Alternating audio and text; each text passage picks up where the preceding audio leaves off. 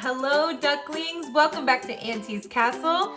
I'm Auntie, and for today's activity, we are going to do reading, because reading is my favorite. And to help us get in the holiday spirit, I'm going to be reading you a holiday book. This one's called Elves. It's all about Buddy the Elf, who leaves the North Pole and goes to the city. You know what I'm gonna say, ducklings? We're gonna read a book, so I want you to get comfy cozy. Grab a stuffy, grab a blankie, just settle in with some friends, and let's get reading. Thanks for always coming back to Auntie's Castle. It means so much to me that you wanna come and hang out with me.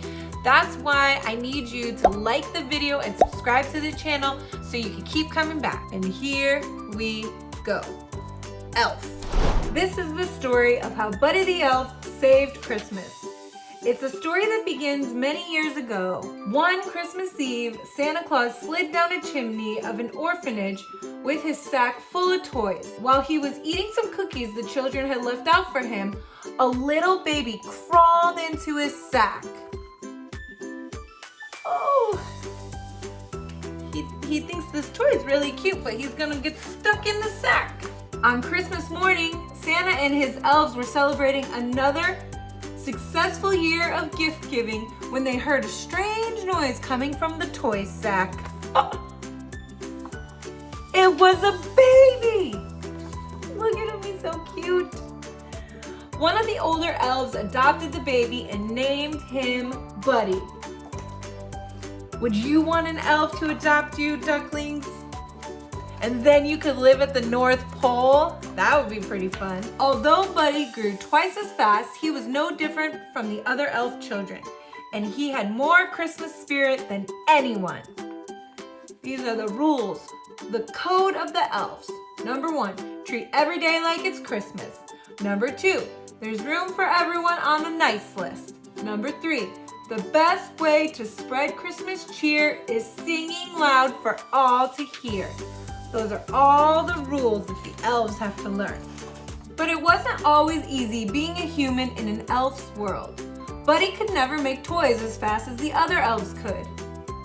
I'm the worst toy maker in the world. I'm a cotton-headed ninny muggin. Whatever that means. You're not a cotton-headed ninny muggin.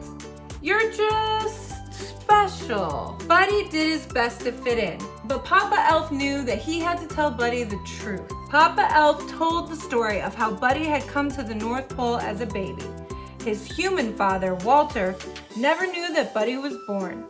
Walter lived in a magical place called New York City with his family. Look at how big Buddy is sitting on his elf papa's lap. But that wasn't all. Santa had one more surprising thing to tell Buddy. Your father, he's on the naughty list. No! Some people just lose sight of what's important in life, Santa explained. That doesn't mean he can't find his way again. Maybe all he needs is a little Christmas spirit. Buddy was determined to bring Christmas cheer to his father and to all of New York City if he could. Buddy said goodbye to Santa, the elves, and Papa Elf. He knew they would always be there for him. Going on a mission to the magical place of New York City. Bye, Buddy. Hope you find your dad. Buddy traveled through the 7 levels of the candy cane forest, past the sea of swirly twirly gumdrops, and then walk through the Lincoln Tunnel. Look, I'm so scared of all the cars. He's never seen cars before, ducklings. He's lived at the North Pole his whole life. Buddy quickly learned that New York City was truly a magical place. He made new friends, got his shoes shined, ran circles through a revolving door, played hopscotch on the crosswalk. He's just living the dream. Buddy finally went to see his father, who worked in an office in the Empire State Building. But Buddy's dad didn't want to see him. He didn't believe that Buddy was his son or an elf, and he ordered him to leave. Buddy was beginning to understand why Walter was on the naughty list. Look at him being so mean. Buddy left feeling discouraged, but he saw something that made him smile. A big store all decked out for Christmas. Inside, a girl named Jovi was decorating a Christmas tree. Buddy was glad to meet another human who shared his appreciation for elf culture. Jovi told him that Santa would be visiting the store the next day.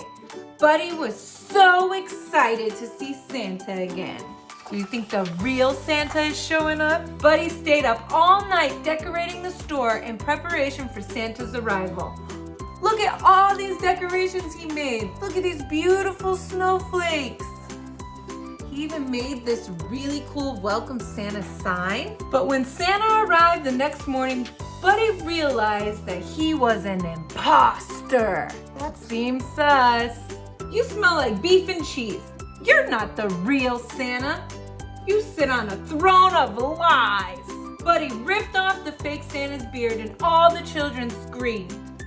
He caused such a ruckus that the store manager called Buddy's dad to pick him up. Well, that guy was not the real Santa.